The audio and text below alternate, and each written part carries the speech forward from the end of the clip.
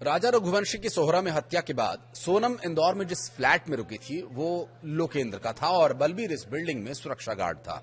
सोनम 30 मई से 7 जून 2025 तक यहां छिपी थी, ऐसा आरोप है। और ये फ्लैट शिलोम जोन्स ने ही सोनम के साथी विशाल चौहान को किराए पर दिया हुआ था। बलबीर अहिरवार पूरी गतिविधियों की जानकारी रखता था, ऐसा उस पर आरोप है। तो क्या इस परिस्थिति में वो कानून की नजर में दोषी होगा? हालांकि अभी तक जो मुख्य आरोपी है उसे भी दोषी सिद्ध नहीं किया जा सका है कानून की नजर में। तो इन आरोपियों की भला क्या ही कहें, इस बारे में बात करेंगे। नमस्कार, मैं हूं आशीष त्रिपाठी। इंदौर में राजा रघुवंशी मर्डर मामले को लेकर सनसनी है और इंदौर के रहने वाले राजा रघुवंशी के शिलोंग में हुए हत्याकांड को लेकर के इस पूरे मामले में जो मुख्य आरोपी सोनम है उसके सह आरोपियों जिसमें लोकेंद्र सिंह तोमर और बलबीर अहिरवार को जमानत दे दी गई है। दोनों की न्यायिक हिरासत खत्म होने के बाद प्रथम श्रेणी न्यायिक मजिस्ट्रेट DKK मेहसिल की अदालत ने बुधवार को दोनों को जमानत दी।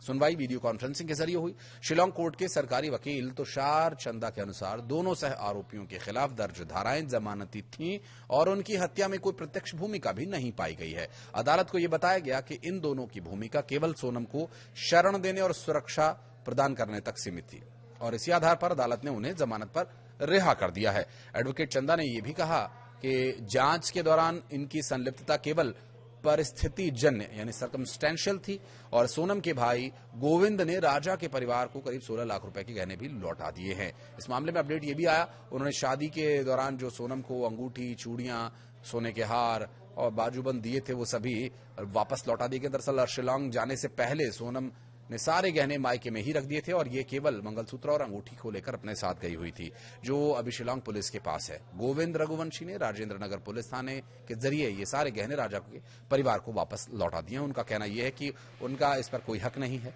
राजा के परिवार द्वारा ही ये दिए गए थे तो उन्हें वापस लौटा ही दिया गया है। उधर सोनम के परिवार की ओर से राजा रघुवंशी को जो गिफ्ट्स और कैश दिए गए थे उसे उन्होंने वापस लेने से भी इनकार कर दिया।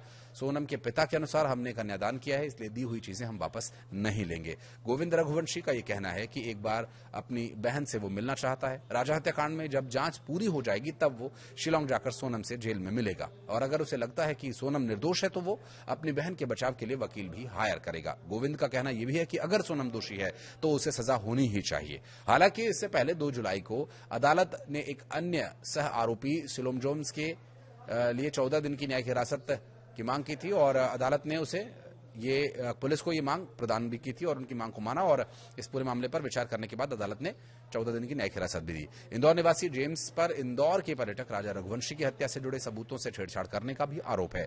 23 मई को सोनम ने सोहरा में राजा रघुवंशी की हत्या करवाई थी, ऐसा उस पर आरोप है। जेम्स के बचाव पक्ष के वकील द्वारा 16 जुलाई को होने वाली अगली सुनवाई में जमानत याचिका दायर किए जाने की उम्मीद है। बहरहाल एक सवाल यहां मैं आपके लिए छोड़े जाता हूं, कमेंट सेक्शन में आप इसका जवाब दे सके, प्रयास कीजिएगा। वो ये कि अभी तक सोनम का मोटो कानूनी तौर पर स्पष्ट नहीं हो पाया कि उसने असल में हत्या क्यों की और अभी तक उन पर विचार ही चल रहा है, याचिकाएं लगाई जा रही हैं।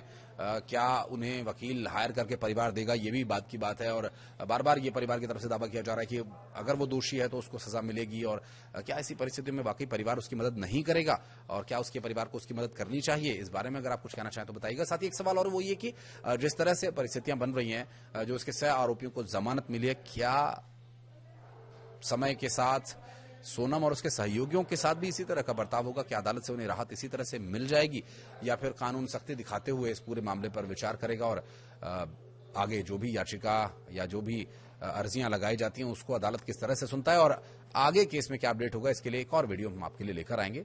धन्यवाद।